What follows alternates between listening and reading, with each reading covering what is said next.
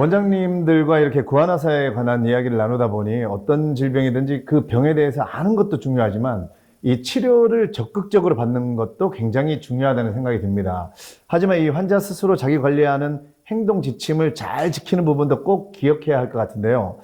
구안화사 환자분들이 한의원에 내원해서 받는 치료 말고 주의할 사항이 있다면 어떤 것들이 있을까요?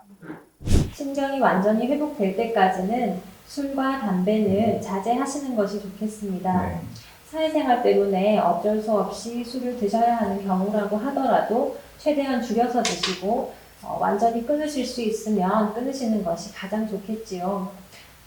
담배도 마찬가지입니다. 갑자기 끊는 것이 쉽지는 않겠지만 이 담배의 니코틴 성분이 혈관 수축을 일으켜서 신경 회복에 방해가 될 수 있기 때문에 담배 역시 줄일 수 있는 만큼 최대한 줄이시는 것이 좋습니다. 네. 원장님 의견을 듣고 보니까 결론적으로 사실은 음주와 흡연이 치료 과정에 도움이 되는 것은 사실 거의 없다. 하지만 우리가 사회생활 하면서 이제 어쩔 수 없이 해야 될 경우에는 최소한으로 하는 게 좋겠다. 이렇게 정리하면 될 것 같네요. 추가로 혹시 주의할 사항이 있다면요? 우리 오민지 원장님?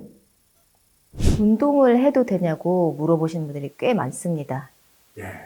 왜냐하면 요새 환자분들은 밥은 잘 안 챙겨 드시는데 운동 꽤 챙겨 하시는 분들이 많으시잖아요. 네. 그런데 사실은 안면마비가 오시면 과도한 근력 운동이나 심한 운동 등은 제가 피하시라고 설명을 드립니다. 왜냐하면 얼굴에서 땀이 뻘뻘 나시면 얼굴이 뻣뻣해지시고 실제로 회복이 잘 되지 않습니다. 그리고 운동을 최근에 무리하게 시작하시다가 안면마비가 오는 경우가 꽤 많습니다.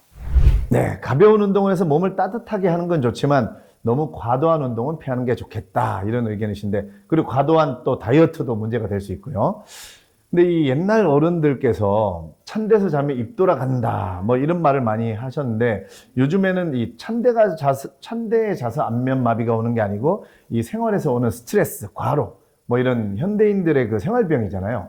이렇게 보면 현재를 살아가는 우리들이 특별히 더 주의해야 할 일들이 뭐가 있을까요? 저는 환자분들께 스마트폰 사용을 최대한 자제하시라고 말씀을 드립니다. 네.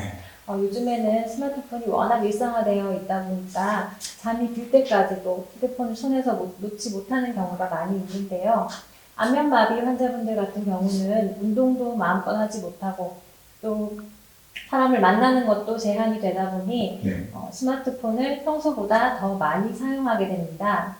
이런 시각 자극이 지속되다 보면 뇌신경이 충분히 쉬지 못하기 때문에 이제 신경 회복에 방해가 될 수 있고, 또 눈이 완전히 감기지 않는 상태에서 계속적인 시각 자극이 주어지게 되면 시력에도 영향을 줄 수 있습니다. 그래서 스마트폰 사용은 자제하시는 것이 좋겠습니다.